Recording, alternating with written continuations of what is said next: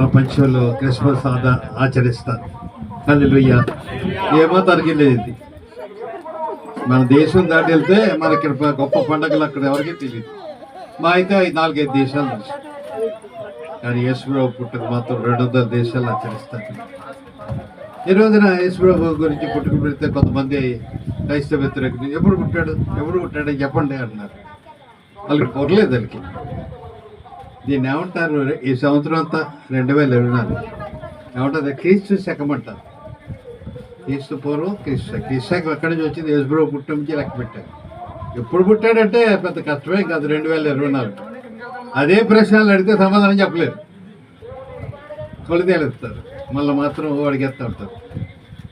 కాబట్టి యేసుప్రభు ఈ రోజున దేనికైనా ప్రపంచవ్యాప్తంగా ఆ డేట్ ఎత్తేనే చెల్లుతుంది. మీరు చక్కెర సోలుకో అని ఏదో డేట్ ఎత్తే చెల్లదు. మనకు కూడా ఒక డేట్ ఉంది తెలుసండి. ఆంధ్ర వాళ్ళకు డేట్ ఉంది. శాతవాకని సహమంటారు. అది అయితే తెలియదు. ఆ బ్యాక్వర్డ్కి తెలియదు, నీకు తెలియదు. అప్పుడు ప్రపంచవ్యాప్తంగా ఒకే ఒక డేటు, అది యేసు ప్రభు పుట్టిన డేటు. హల్లెలూయా. అందుకే నేను అందరికీ ప్రభు. ప్రపంచవ్యాప్తి చూస్తానంటే తెలుగులో అమెరికాలో పుట్టాడు, ఇంగ్లాండ్లో పుట్టాడు అంటారు. అంటే వాళ్ళకి ఏం తెలియదు. మీరు ప్రపంచవ్యాప్తి చూస్తే యేసుప్రభు పుట్టిన ఆ యోధా దేశం కరెక్ట్గా సెంటర్ ఉంటాం. అంటే అమెరికాకి కాదు, ఇండియాకి కాదు, ఇంగ్లాండ్కి కాదు, చైనాకి కాదు, సెంటర్ ఉంటాం. అంటే ఏంటి? అందరికీ చెందినవాడు ఆయన. హల్లెలూయా. ఆవిడ సమయంలో మనం ఆరాధిస్తున్న యేసు సామాన్యుడైన కాదు. అంత మాత్రమే కాదు, ఆయన ప్రవచనాలు, ఆయన పుట్టుకతో ప్రవచనాలు నెరవేర్చి ఆయన కన్యగర్భాన్ని పుట్టాడు కదా. చూడండి 7:14 చూడండి. యెషయా కన్యగర్భాన్ని పుట్టాడు. యెషయా 7:14 ఎవరైనా చదువుతారా?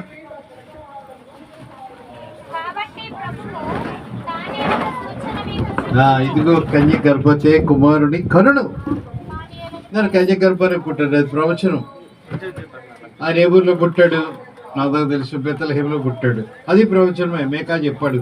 మేకా 5:2 ఉంటుంది. యూదా దేశము బెత్లెహేమ, నువ్వు యూదా ప్రజలను ఎంత మాత్రం తక్కువైందని కాదు, ఈ ప్రజలను ఏర్పించేది నీ ప్రజల అధిపతి నీలో వస్తాడు. ఏంటి? 650 సంవత్సరాల క్రితం చెప్పబడింది అది. అంతేకాదు, యేసుప్రభు పుట్టేప్పుడు తాను వెలిసింది మన అందరికీ తెలుసు.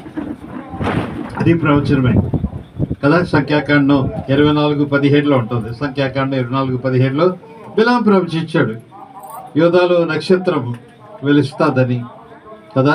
యాకోబులో నక్షత్రం వెలుస్తుంది, యోధాలో రాజదండం వస్తుంది. అది ప్రవచనం. అందుకే నక్షత్రం. ఎక్కడో తూర్పు దేశం జ్ఞానులు వచ్చారు. వాళ్ళు యోధులు కాదు. వాళ్ళు మరి ఎందుకు వచ్చారు? వాళ్ళకి ఏం తెలిసింది? ఎలా తెలిసింది? నక్షత్రం చూసి. వాళ్ళు పారసిక